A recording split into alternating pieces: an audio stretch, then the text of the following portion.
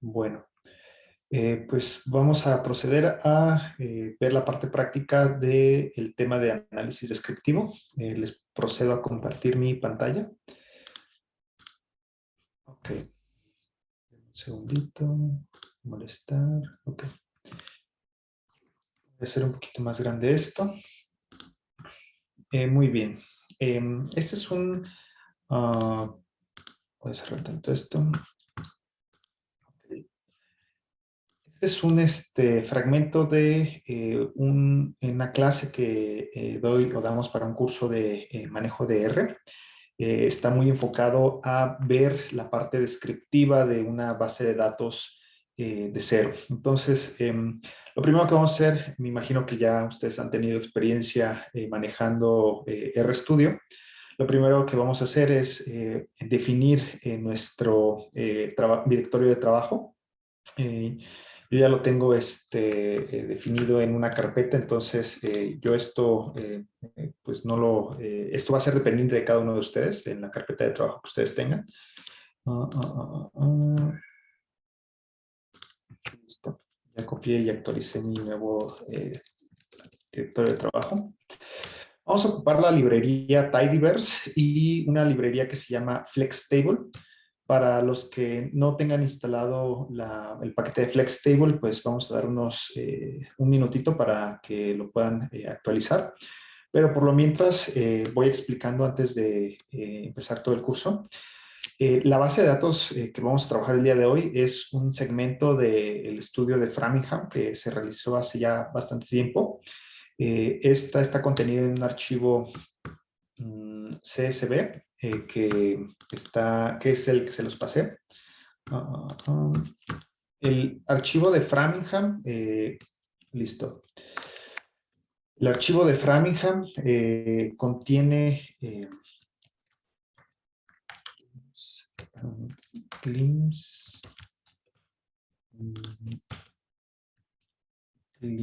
ok, ya. El archivo de Framingham contiene 16 columnas y 4.240 observaciones, o sea, 4.240 sujetos, y contiene una serie de datos de perfil sociodemográfico, antecedentes de riesgo, mediciones bioquímicas y antropométricas, y tiene la variable que se llama desarrollo de enfermedad congestiva cardíaca a 10 años. Es una variable dicotómica. Si se dan cuenta, estas variables están codificadas de una forma bastante intuitiva para aquellos que probablemente estén relacionados a ciencias médicas, pero para alguien que probablemente no esté asociado a el área de trabajo, por ejemplo, puede ser un poco laborioso interpretar alguna de estas variables. Por ejemplo, aquí la variable de BP-MEDS implica el uso de medicamentos para la presión arterial. Por ejemplo, aquí la variable de SYST-BP es una variable de medición de presión arterial sistólica y diastólica. Y, por ejemplo, alguien que no esté tan familiarizado con la nomenclatura médica, por ejemplo, puede confundir CHD con alguna otra patología o inclusive puede confundirla con alguna otra cuestión relacionada o con alguna otra cuestión no relacionada al área de cardiología. Entonces, lo primero que vamos a hacer es, ya que carguemos la base de datos, lo que ¿Manda, primero amigo? es hacer. Ahí va. ¿Alguien tiene alguna duda? Creo que alguien tenía prendido su micrófono. Creo que no. Bueno, me indican antes de empezar a hacer la siguiente sección si todos ya tienen cargado su data frame. Sí, doctor. Ok. Ajá. No los veo aquí en la manita, pero bueno, si ya todos tienen cargado su data frame, vamos a proseguir. Lo primero que sugiero antes de empezar a hacer cualquier análisis descriptivo es tener una exploración de el data frame, de tal suerte que tengamos bien claro qué estamos manejando. Y esto, independientemente de si ya han tenido conocimiento de la base de datos, siempre es bueno que se familiaricen cada vez que repliquen sus análisis con su base de datos, ¿no? Con el comando nrow, si se lo aplico a mi objeto de Framingham, que es mi data frame, puedo ver que tengo el número de filas de mi objeto, son mi número de sujetos que se les midieron las variables. ¿Cuántas variables o cuántas mediciones se les hicieron? 16. ¿Cuál es el nombre de estas variables? Con el comando names los puedo ver. Se dan cuenta, estos nombres pues ya vienen por default en la base de datos. En el dado caso de, esto es un pequeño apunte, en el dado caso de que sus nombres de sus variables tengan algún espacio, tengan algún signo que, por ejemplo, puede hacer un acento en su variable, R no los va a reconocer como tal y puede que tengan problemas al momento de que lo manejen entre sistemas operativos inclusive. Existe un paquete que se llama Janitor, que te permite hacer una limpieza de las variables. De hecho, si ustedes tuvieran variables con espacio, con el paquete de Janitor existe la función de Clean Names y esta ya por automático les quita los espacios y pone en minúsculas todos los caracteres, haciendo que esto sea un poco más sencillo. Lo que hice previamente con la función glimpse también se puede hacer con la función de str, que es de structure. Esto te permite ver cómo está el nombre de las variables, la codificación que tiene. En este caso, la mayoría está en formato integer, que no es lo mismo que una variable de factor, y está en formato numérico. Esto para términos de un análisis descriptivo no nos sirve porque hay algunas variables de tipo categórico que R por default lo reconoce como numérico. Entonces, describir una variable numérica como un factor para términos descriptivos es no interpretable. Entonces, una sugerencia que yo siempre hago antes de hacer cualquier análisis es, ya que tienes una estructuración de la base de datos, tienes que hacer una recodificación si es necesaria. Esto para que tus análisis sean más refinados y que puedas darle una interpretación mejor a la base de datos. Por ejemplo, aquí las variables por ejemplo, de sexo está codificada como male, pero muchas veces, y esto pasa cuando tienen bases de datos muy grandes, por ejemplo, la Ensanud, vienen codificadas de una manera alfanumérica. Por ejemplo, la variable de sexo puede estar codificada de esta manera, ¿no? A001. Y alguien que probablemente no esté familiarizado ni siquiera con un diccionario puede que sea imposible adivinar que esta sea la variable de sexo. Entonces, yo lo que siempre hago es codificar las variables a un formato o una etiqueta que ustedes entiendan. Existen dos formas de etiquetado. Una es con la función de names. Aquí lo que hace es, lo que hace es codificar mi variable de mi objeto Framingham, que a todos aquellos que se llamen male, darles una etiqueta de sexo masculino. Esta línea no va a correr porque esto es nada más para ejemplos, porque se puede utilizar el comando names, pero una opción más refinada es con el paquete de deployer con la función de rename. Esto de recodificar las variables con una etiqueta que ustedes entiendan, yo siempre recomiendo también que tengan ustedes un control de qué etiquetas le van a poner a sus variables. Por ejemplo, aquí male yo ya le estoy poniendo la etiqueta de sexo masculino, age, edad, education, educación, current smoker, tabaquismo actual, y así con cada una de mis etiquetas, ¿no? Esto, insisto, es a conveniencia del investigador y siempre tienen que tener un control de qué es qué etiqueta le están dando a sus variables, ¿no? Una recomendación es que si van a incluir un espacio, lo hagan con un punto o con un guión bajo. Nunca dejen espacios entre variables, porque vamos a ver aquí un ejemplo de qué pasa si dejan un espacio, ¿no? Ahí dejen un espacio en la variable de sexo y vean cómo las codifica. Te tiene una etiqueta de la variable de sexo masculino, pero si se dan cuenta aquí viene como una especie de comillas y al momento de hacer modelos un poco más sofisticados, luego no reconoce las comillas. Entonces, yo siempre sugiero que esto siempre lo manejen con cautela. Bueno. Ahora, ¿qué pasa con aquellas variables que tienen un punto de corte categórico o que pueden ser categorizadas a partir de una variable continua? Por ejemplo, la edad. Si yo quisiera hacer una nueva variable que se llame edad de más de 65 años para definir aquellos que son adultos mayores, Yo puedo hacerlo de dos formas. A mí en la particular me gusta con la función de rbase, pero con deployer también se puede hacer. Para motivos de esta plática, pues voy a utilizar la paquetería de rbase, que consiste en, primero, asignar una variable en cero, que se va a llamar edad 65. Ya que tengo una variable en cero, o sea, una variable vacía en la cual yo puedo llenar mis datos, yo lo que voy a hacer es primero, invoco a mi variable de edad 65, abro mis corchetes para seleccionar mi variable continua, y aquí lo que hago es con mi comando de menor, me va a seleccionar a todos los que sean menores de 65. Ojo, no va a incluir a aquellos que tengan igual a 65 años. Esto creo que ya lo vieron con Omar en su momento.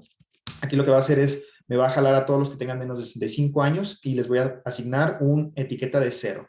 Y por otra parte, si yo quiero agarrar a los que tengan mayor o igual a 65 años, esta es la forma en la cual yo voy a hacerlo, ¿no? Mayor o igual, y le voy a asignar la etiqueta de 1. Entonces, ya cuando analizo esta nueva variable, si se dan cuenta aquí, ya voy a tener una nueva variable que tenga una etiqueta de aquellos que tengan menos de 65 años y aquellos que tengan más de 65 años, ¿no? Que en su gran mayoría son pocos los pacientes, pues. La gran mayoría, perdón, va a tener de menos de 65 años. Pero todavía yo puedo hacer más cosas con esto. Puedo asignarles una etiqueta a este 1 y a este 0 para que yo ya los pueda identificar con una etiqueta asignada a este 1 y 0. Pero esta por default ya es una nueva variable recodificada a partir de una variable continua. ¿Qué pasa con la variable de hipercolesterolemia, no? Voy a hacer lo mismo con mi colesterol total. Le dijo un punto de corte de menos y más de 200. Hiperglucemia, menos y más de 100. Hipertensión arterial secundaria actual, definido por aquellos que tienen presión sistólica de más de 140. Ojo, aquí estoy poniendo un comando que incluye aquellos que es una condición añadida, que en teoría de conjunto sería como el conjunto unión. Entonces aquí estoy viendo que voy a incluir aquellos que tienen más de 140 de presión sistólica, de 140 sistólica, perdón, y que también tengan mayor a 90 de presión arterial diastólica, mayor o igual. Entonces aquí lo que hago es, ya que tengo esta codificación, aquí un pequeño truco para evitarme escribir todo este comando, es que aquellos que tengan NAs, o sea, aquellos que no fueron asignados a esa condición, se les asigne la etiqueta de 0. Esto es útil para cuando tienen variables dicotómicas y quieren codificar de una manera rápida, ¿no? Si tienen más de una variable categórica de esta forma, o sea, de un conjunto de uniones, se puede hacer. Siempre tengan que tener en mente qué es lo que van a excluir dentro de sus conjuntos, ¿no? Se puede hacer para más de una categoría, por ejemplo, para categorías de IMC, elijo mi punto de corte de normopeso, sobrepeso y obesidad sin categorías en sus grados, ¿no? Entonces, esto lo hago para que ya tenga mis 3 categorías de estado de IMC. Y si se dan cuenta, al momento de que hago mi glimpse, o sea, mi función para ver cómo está codificada mi estructura de la base, ya estas nuevas variables se me aparecen en mi nuevo objeto de data frame, ¿no? Ahora, como mencioné previamente, es importante tener una etiqueta en cada variable de tipo factor. Esto porque al momento de que hagan sus variables de tablas o sus variables de ggplots, les va a asignar la etiqueta que ustedes le asignaron previamente. Esto estéticamente es conveniente y al momento de analizar les va a dar una mejor interpretación. Ya no van a manejar ceros y unos, pueden manejar una etiqueta a conveniencia. Entonces aquí lo que hago es con mi comando factor, yo voy a asignar a mi objeto Framingham en su variable sexo masculino. Y aquí, ojo, yo estoy especificando mis niveles que yo le voy a asignar. Al asignar un nivel, yo estoy asignando un rango jerárquico. Esto lo hago a conveniencia igual de el estudio. Aquí lo hago considerando que los hombres van a tener mayor riesgo de tener un desenlace cardiovascular comparado con las mujeres. Y esto, insisto, va a depender del tipo de estudio que ustedes estén evaluando, ¿no? Por ejemplo, para la educación, saltándome un poquito de variable, para la educación, yo tengo 4 niveles, educación primaria, secundaria, preparatoria, universidad y posgrado. Esto es una variable que, pues por definición, es una variable de tipo ordinal y por ende, pues esta etiqueta, pues sí tendría un orden jerárquico per se, ¿no? Entonces aquí lo que hago, ya que tengo mis niveles categóricos asignados, le asigno una etiqueta con la función labels y con mi comando de concatenar le asigno la etiqueta escrita, ¿no? Entonces ya los ceros van a tener una codificación de femenino y los unos van a tener una codificación de masculino, ¿no? Hago lo mismo para mis demás variables de educación, tabaquismo, uso de antihipertensivos, evento vascular cerebral, hipertensión previa, diabetes, riesgo de falla cardíaca y a mis etiquetas que yo creé, ¿no? Es decir, a mis etiquetas de menor de 65 años, hipercolesterolemia, hiperglucemia, hipertensión arterial y categorías de IMC. Entonces, si repetimos el mismo proceso que vimos al principio para ver la recodificación o la estructura del data frame, podemos observar que ya no tengo, vamos a compararla con el data frame original, ya no tengo esta categoría de variables que pueden prestarse a una confusión al momento de que yo haga mi análisis. Ya tengo una forma más descriptiva y más más descriptiva pues de tener mis variables, ¿no? Ahora, ya al momento de ver la estructura, se dan cuenta, cambia por completo al momento de asignarles la etiqueta y un nivel de factor. Si se dan cuenta, el sexo masculino, lo que era originalmente, vamos a ponerle aquí el Framingham sin la recodificación, lo que era originalmente una variable de tipo integer, o sea, de categorías numéricas, ahora es una variable de tipo factor que yo ya puedo analizar por orden o por categorías y también puedo analizarlas con una etiqueta anexa, ¿no? La edad, pues no tiene o no es una variable de tipo categórica, entonces esa la dejo como tipo numérica. La educación, el tabaquismo, el número de cigarrillos, que es una variable numérica, pero en general se puede dividir ya en una base con variables continuas y variables categóricas. Esto ya puede ser analizable y ya puede ser presentado al lector en formato de tablas automatizadas. Bueno, si yo aplico mi función summary a mi variable Framingham normal, o sea, la que cargué por default, me va a arrojar esto. Si se dan cuenta, las variables de tipo categórica no me van a aportar una información descriptiva inicial. La mediana, la media del sexo, pues se dan cuenta es de punto 42. Esto, pues para fines descriptivos, no me aporta nada. Pero si yo hago la misma función summary a mi data frame que ya tenía codificado previamente, puedo observar que esto ya es un poco más descriptivo para el analista, no para el lector. O sea, para mí ya es más fácil inferir, ok, hay más mujeres que hombres en esta base. Para edad, pues ya tengo, bueno, esta variable no se modificó. Para educación, ya tengo que una gran parte, pues está en primaria y secundaria, le sigue la educación preparatoria, la gran mayoría, pues va a tener no va a tener tabaquismo. Esta variable ahorita la vamos a analizar porque tiene una peculiaridad. El uso de antihipertensivos es, pues poco, en realidad. Y aquí ya puedo ver que hay valores faltantes. Ahora, esta es una forma rápida de, para mí, analista, ver la información, pero no para el lector. Ahora, ya que tenemos este data frame mejor depurado y con mayores descriptivos, vamos a proceder a la evaluación por datos, es decir, a la evaluación por datos categóricos y después por datos continuos. ¿Hasta aquí hay alguna duda rápida?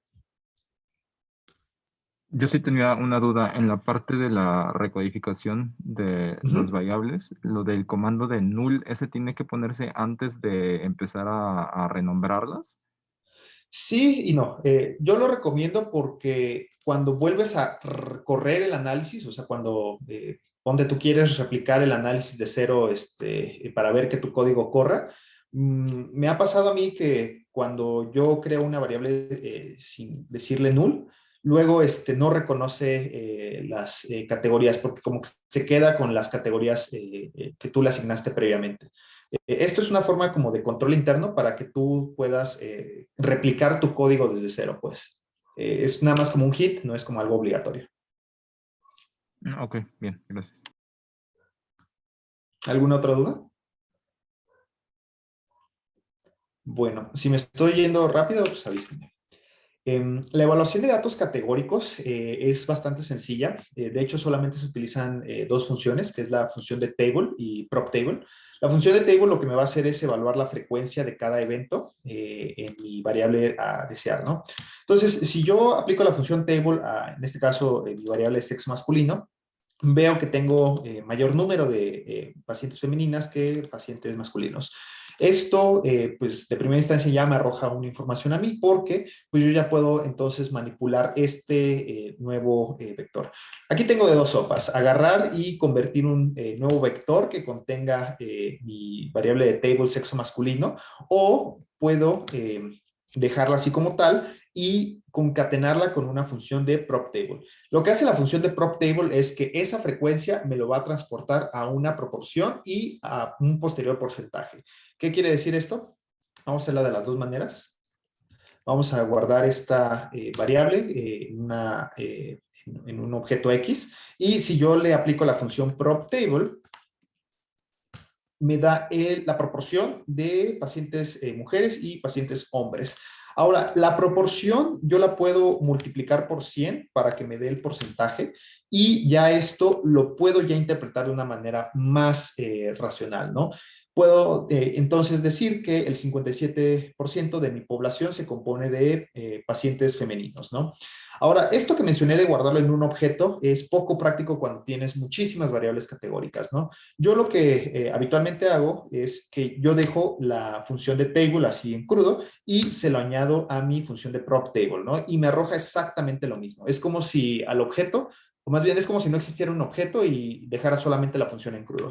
Y esto ya per se lo puedo multiplicar a un porcentaje para que me dé el porcentaje relativo con respecto a mi total de mi data frame, ¿no?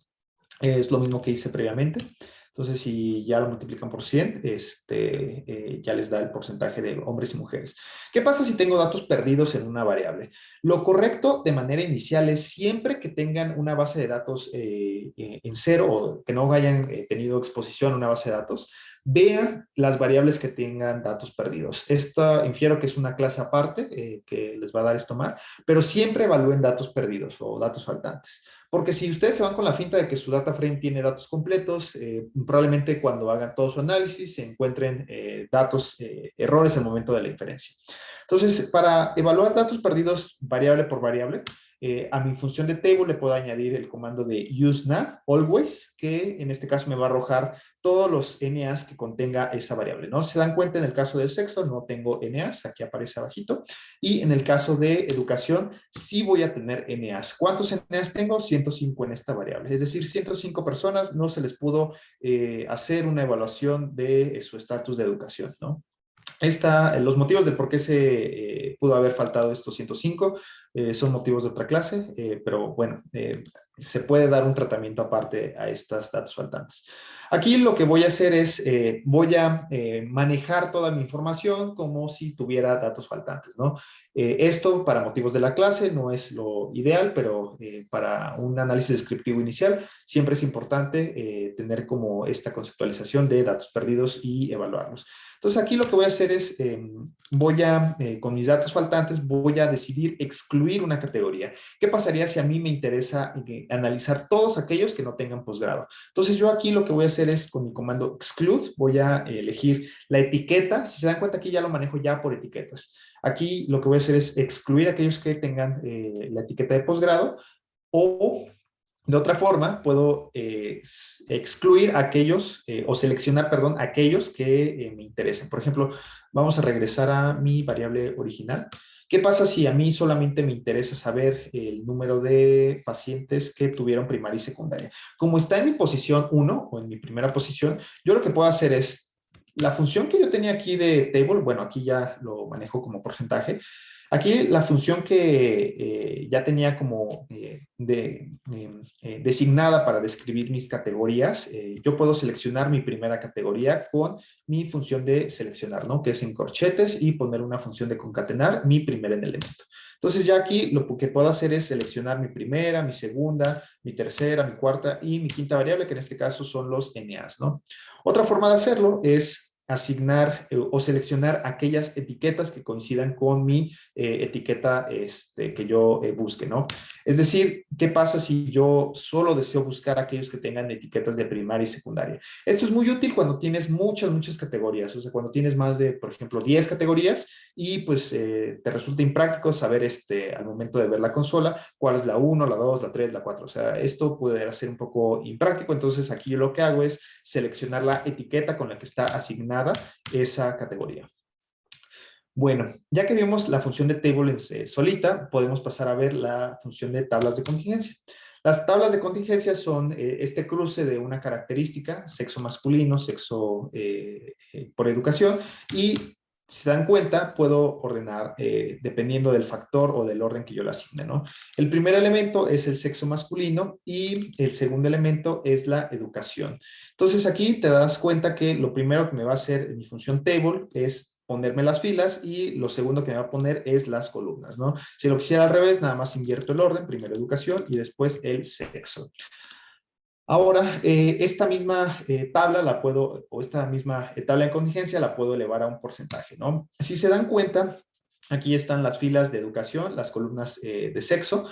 Se dan cuenta aquí, el porcentaje es con respecto a la tabla total, ¿no? La suma de todos los elementos me va a dar el 100%.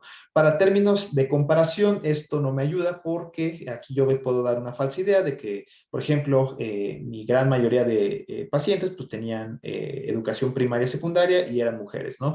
Eso para comparar dos categorías, por ejemplo, la educación entre hombres y mujeres, no me sirve.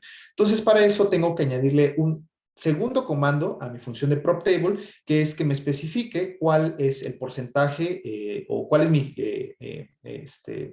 fila o columna de referencia, ¿no? Es decir, que el porcentaje me lo dé por fila o por columna, añadiéndole un coma 1 o un coma 2, ¿no? Esto es lo mismo que teníamos anteriormente, pero aquí solamente le añadimos un 1. Y ahora lo que me va a hacer es, me va a dar el porcentaje por filas. Aquí si se dan cuenta, me va a dar el porcentaje de gente primaria y secundaria que pertenecían a la categoría femenino y masculino, ¿no? Esto da el 100%, esto da el 100%, esto da el 100%, ¿no? Pero esto es algo muy importante para comparar categorías o grupos de interés. Por ejemplo, a mí me interesa evaluar la educación entre hombres y mujeres. La forma de evaluarlo en porcentaje es siempre por porcentajes en columnas.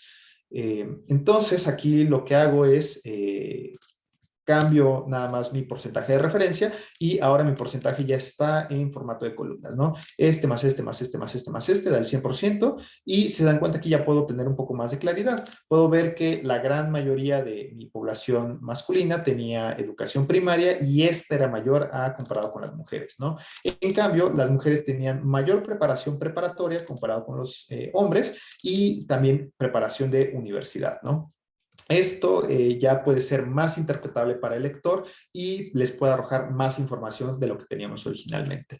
Ahora, si nosotros quisiéramos seleccionar la fila de estudio, por ejemplo, aquí lo que hice fue seleccionar, la columna de las puras mujeres, ¿no? Es decir, yo aquí tengo mi mismo formato que tenía anteriormente y lo que hice fue seleccioname la primera columna y multiplícamela por 100. Y ya me extrae el porcentaje, sí, el porcentaje de mujeres y en el caso de la segunda columna, el porcentaje de hombres.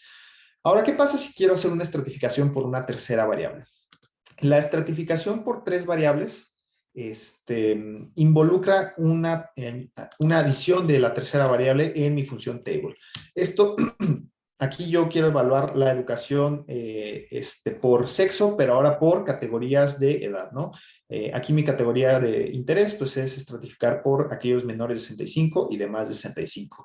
Pasa lo mismo, me da la frecuencia por educación por hombre y mujer, pero ahora tengo una nueva estratificación que es la variable de edad de menos de 65 años, ¿no?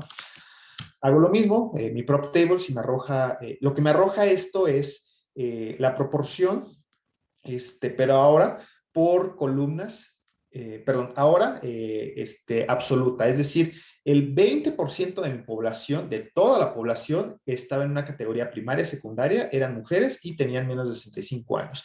Pero esto se vuelve poco interpretable si yo quisiera comparar hombres y mujeres y por estratos.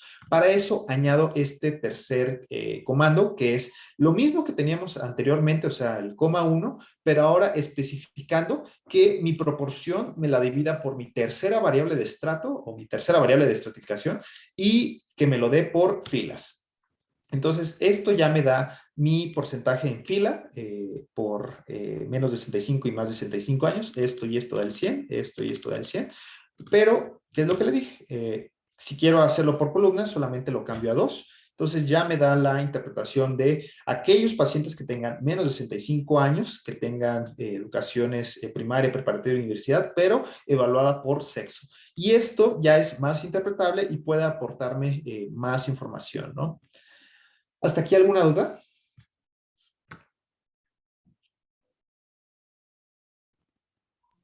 No. Denme un segundito.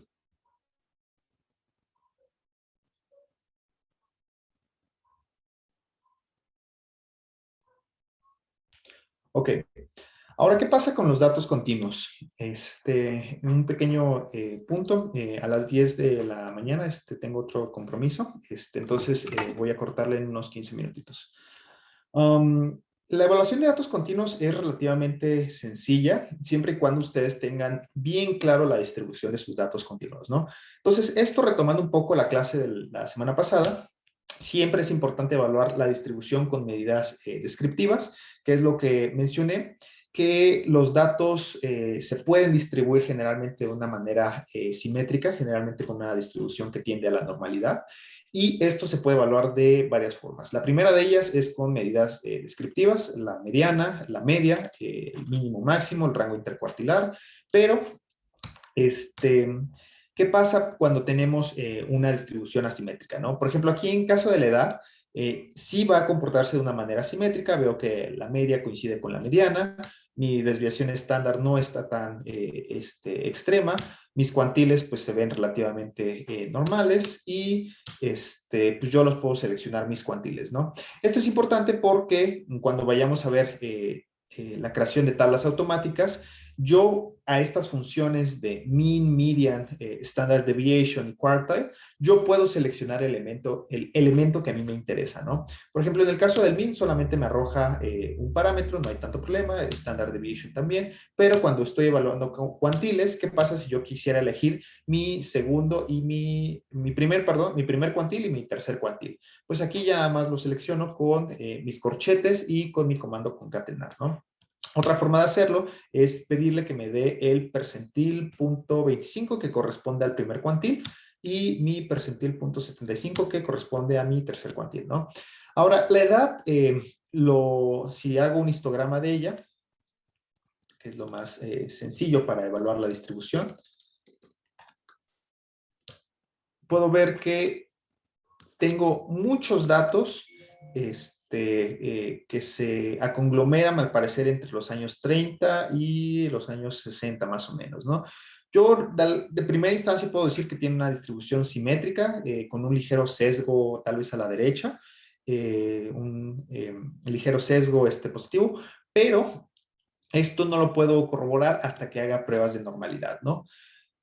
Algo que aquí les pongo como hint es que si van a evaluar medidas descriptivas y los van a presentar a un lector, siempre redondeanlo a 1, 2 o hasta 3 decimales, ¿no? Pero si ustedes evalúan la descripción o el parámetro de standard deviation, pues les va a arrojar 2, 4, 6 decimales, ¿no? Lo cual puede ser poco, puede tener poco aporte si quiero evaluar tantos decimales, ¿no? Otra función que yo les recomiendo para evaluar análisis o medidas descriptivas es el de el paquete PaxTex. Aquí no sé por qué no lo tengo cargado, pero bueno, se los dejo para que ustedes lo revisen. Del paquete PaxTex les arroja más información. De hecho, les arroja todas las medidas descriptivas que se imaginan. El histograma ya lo vimos, tiene una distribución casi simétrica. Ahora, la normalidad, pues no sé si ustedes ya hayan tenido una clase de evaluación de normalidad de datos, pero generalmente lo que hacemos es nosotros corroboramos que nuestros datos se ajusten a esta distribución, ¿no? Esta es una distribución simétrica, una distribución gaussiana. Lo que buscamos es que la gran mayoría de los datos queden entre -2 desviaciones estándar y +2 desviaciones estándar, y aquí se van a contener aproximadamente el 95% de mis datos, ¿no? Que no haya tantos valores atípicos y que la mayoría de estos datos se encuentren dentro de estos parámetros en rojo, ¿no? Entonces, la hipótesis nula de nuestra prueba de hipótesis para evaluar normalidad es que la variable analizar sí sigue un patrón normal establecido, es decir, que no hay diferencia entre una curva normal y mis datos. Mi hipótesis alterna es que las variables a analizar tienen una distribución ajena al histograma normal. ¿Qué distribución puede ser? Pues eso, para fines de la prueba de hipótesis, pues no lo va a evaluar, o sea, no les va a decir a qué distribución se aproxima, solamente si es o no normal. Algunas pruebas de normalidad que se utilizan tradicionalmente es la de Shapiro-Wilk y la de Kolmogorov-Smirnov, pero estas no consideran valores extremos o outliers. Y esto probablemente pueda que no evalúe en globalidad la distribución. Una prueba que a nosotros nos gusta utilizar es la prueba de Anderson-Darling, porque esta va a evaluar estos parámetros atípicos, ¿no? Estos datos o estas colas pesadas. Aquí se dan cuenta, sale con un valor P muy bajo, y esto puede ser por varias razones. Las pruebas de Anderson-Darling y en general las de normalidad tienden a estar sesgadas un poco por el tamaño de la muestra y también un poco evaluar o por la dispersión de los datos. También hay que evaluar la practicidad de la presentación de mi variable normal, ¿no? Es decir, si yo ya sé que, aquí me voy a regresar un poco, si yo ya sé que mi media y mi promedio no varían tanto en términos de interpretación, es decir, solo varían por 0.5 años, y eso en realidad no afecta la interpretación que yo le voy a dar para mi estudio. Entonces yo por practicidad me voy a quedar con la media y con la desviación estándar, considerando la practicidad de mi información y no tanto la distribución total que tuvieran. Porque si evalúo nada más la prueba de hipótesis, yo puedo inferir que no se distribuyen de manera normal, pero por presentación, pues yo decidí quedarme con el promedio y la desviación estándar, ¿no? Ahora, antes de pasar a la parte de tablas descriptivas, porque yo creo que esto lo vamos a dejar para la siguiente sesión, ¿hay alguna duda hasta aquí?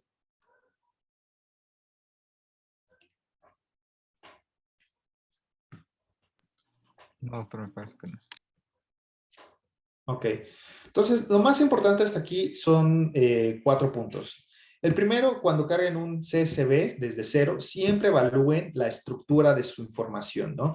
¿Qué es evaluar la estructura? Ver cuántas variables tienen, ver el número de sujetos que se midieron, el número de filas, ver en qué codificación se encuentra su variable, su data frame original, si tienen variables numéricas que deberían ser codificadas como una variable categórica, si tienen variables que están en formato de texto y estas las tienen que transportar a un formato numérico para después pasarlas a una variable de factor. Eso siempre es importante, porque la gran mayoría de bases de datos que ustedes van a encontrar en la vida, generalmente no tienen un formato estandarizado de codificación y de llenado, ¿no? Cada quien llena las bases de datos como quiere, entonces siempre es importante evaluar la estructura original de su base de datos. Ya que tienen eso en mente, pueden pasar al segundo punto, que es reestructurarla para que a ustedes les sea más sencillo analizarlas. La reestructuración va a ser a conveniencia del investigador. Yo aquí les doy unos tips que ya hemos tenido entre Omar y yo para reestructurar bases de datos, pero esto, insisto, es a conveniencia de ustedes. Si ustedes quieren poner etiquetas de 1 y 0 y así manejarlas en todo su análisis, adelante. Si ustedes quieren ponerles etiquetas en lugar de hombre, mujer, masculino, femenino, también se vale. Las etiquetas, la reestructuración y el nombre de las variables que ustedes les van a asignar a esas variables nuevas es a conveniencia de ustedes, pero siempre tengan en claro qué es lo que van a hacer para que la gente que pueda replicar su análisis también pueda llegar a las mismas conclusiones que ustedes. Tercer punto, los datos categóricos. La evaluación de datos categóricos se resume en 2 principales funciones, table y prop table. Table tiene la función o tiene la peculiaridad de que me va a arrojar la frecuencia evaluada por 1, 2 o 3 variables de estratificación, ¿no? Si a mí me interesa evaluar una variable, por ejemplo, hombre y mujer, tener o no infarto, etcétera, o sea, una variable de agrupación, siempre déjenla como su segunda variable de interés para evaluar. Y ya después esto lo pasan a un prop table. ¿Qué es la peculiaridad del prop table? Que ustedes pueden manejar el porcentaje si lo multiplican por 100. Y esto es importante porque esto ya puede ser interpretable siempre y cuando el porcentaje esté acorde a las columnas, es decir, acorde a mi variable de interés o a mi variable de agrupación principal. Ahora, esto para datos categóricos pues es relativamente sencillo. Para la parte de datos continuos es un poquito más complejo porque ustedes tienen que evaluar la distribución de su variable continua, evaluar si tienen outliers, evaluar si la prueba o la distribución de los datos sigue un patrón simétrico, un patrón normal, o si tienen otro tipo de distribución y si van a aplicar alguna transformación. Para términos descriptivos, no es tan relevante hacer una transformación, pero para términos de algún análisis o modelaje, sí es importante considerar transformaciones que tiendan a la normalidad, ¿no? Esto ya se va a ver en una clase aparte. Doc, Y lo más importante, sí, adelante. perdón, sí tengo una duda. Respecto a los últimos comandos de PropTable que puso, pone un vector adelante de cuando finalice el comando de PropTable que dice C, creo que era 3,2 ahí. Ahí, ok. Ajá, ahí no me queda clara la diferencia entre esa y el comando de prop table anterior, porque pues igual en el anterior estamos haciéndolo por tres variables, ¿no? Entonces, ¿cuál es la utilidad de utilizar el vector después del prop table? Qué bueno que lo preguntas. Aquí estoy evaluando mi tabla por dos variables, ¿no? O sea, la educación estratificada por hombre y mujer, ¿no? Aquí le estoy con el comando coma 2 especificando que mi porcentaje sea con relación a las columnas y aquí estoy seleccionando a mi primer columna, ¿no? Esto, digo, ya es un poquito más complejo tal vez a simple vista, pero si tú, por ejemplo, seleccionas desde tu origen hasta abajo, puedes ver que en realidad todo es una variación de lo mismo, una transformación de lo mismo, ¿no? Aquí es sencillo porque solamente tienes dos variables, pero cuando tienes una tercera variable de interés, por ejemplo, la edad, aquí, la edad, es decir, evaluar la educación estratificada por hombre y mujer y estratificada por menores y mayores de 65 años. Vamos a poner una variable que tal vez sea un poquito más relevante, ¿no? Edad, sexo y, no sé, IMC, ¿no? Porque a mí me interesa evaluar las categorías de IMC, ¿no? Tengo que, pues, estratificado por normopeso, sobrepeso, obesidad y pues aquí tengo NAs y también me los va a mostrar, ¿no? Yo lo que estoy haciendo aquí con esta nueva función, o perdón, con esta nueva variable de concatenación es que el porcentaje me lo dé con relación a mis categorías de mi agrupación, con mi tercera categoría de agrupación, que es la 3, y por fila. Esa es la función de esta variable de concatenar. Porque si tú nada más le das 1, vamos a poner aquí como si lo tuviéramos anteriormente, me va a marcar que mi proporción me la arroje por fila, pero esto no me va a dar el 100%, ¿no? O sea, esto y esto no me va a dar el 100, esto y esto no me va a dar el 100. Entonces, para términos descriptivos, esto no me sirve. Por eso yo le tengo que especificar aquí que mi porcentaje me lo estratifique por mi tercera variable, ¿no? Es decir, aquí ya me da el 100, aquí ya me da el 100, aquí ya me da el 100, y esto ya puede ser comparable, ¿no?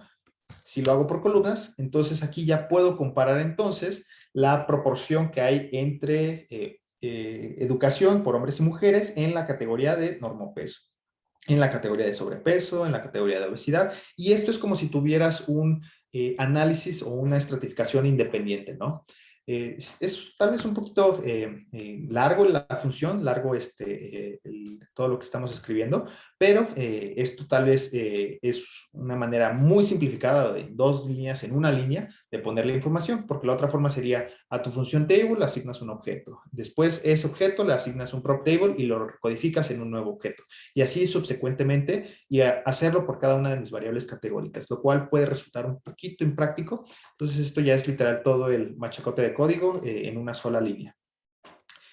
Ok, doctor, gracias. Y otra pregunta, ¿cómo nosotros podemos decidir si utilizarla para la curva de normalidad, para la prueba de normalidad, si Ujú. utilizar la prueba de Shapiro-Wilk o la de Anderson, no me acuerdo del otro nombre. Anderson Darling. Ajá, Ok. o sea, o es simplemente como nosotros nos acomodemos. Eh, Tiene sus criterios un poco definidos, estadísticamente hablando. Rápidamente, la prueba de Shapiro-Wilk es para Ns pequeñas, menores a, me parece que 100 o 1000, no estoy muy seguro, pero son para Ns pequeñas. Cuando tienen bases de datos de, por ejemplo, 5000, 10000 o inclusive de 1 millón, como la base de COVID-19, las pruebas de Shapiro-Wilk no te aportan suficiente o pierden potencia para evaluar esta normalidad. Y la prueba de Kolmogorov-Smirnov es útil para cuando tienes N grandes, pero no consideran las colas pesadas o los outliers. Entonces puede que no consideren su normalidad en total. Una prueba o una opción para solucionar esto es la prueba de Anderson-Darling, que es más potente para evaluar estas outliers o estas colas pesadas que pudieran existir en tu distribución. Esto es útil cuando quisieras evaluar como datos muy grandes, pero o en general bases no tan grandes como de 1000, 2000 o inclusive bases pequeñas. Entonces, para evitar el lío de si Shapiro-Wilk o Kolmogorov-Smirnov, nosotros adoptamos utilizar Anderson-Darling, porque es como una combinación en términos prácticos de estas dos pruebas estadísticas. Es del paquete NORTEST y se llama Anderson-Darling la prueba. Le da mayor peso a las colas pesadas y pues es una prueba más sensible. Perfecto, muchas gracias, doctor. Bueno, y el último comentario que les iba a añadir es que siempre que evalúen su distribución tengan en consideración la practicidad en la cual van a presentar su información, ¿no? Puede que ustedes sí tengan, por ejemplo, en la presión sistólica, vamos a evaluar el histograma, pueden que ustedes sí tengan un sesgo marcado al momento de evaluar su distribución.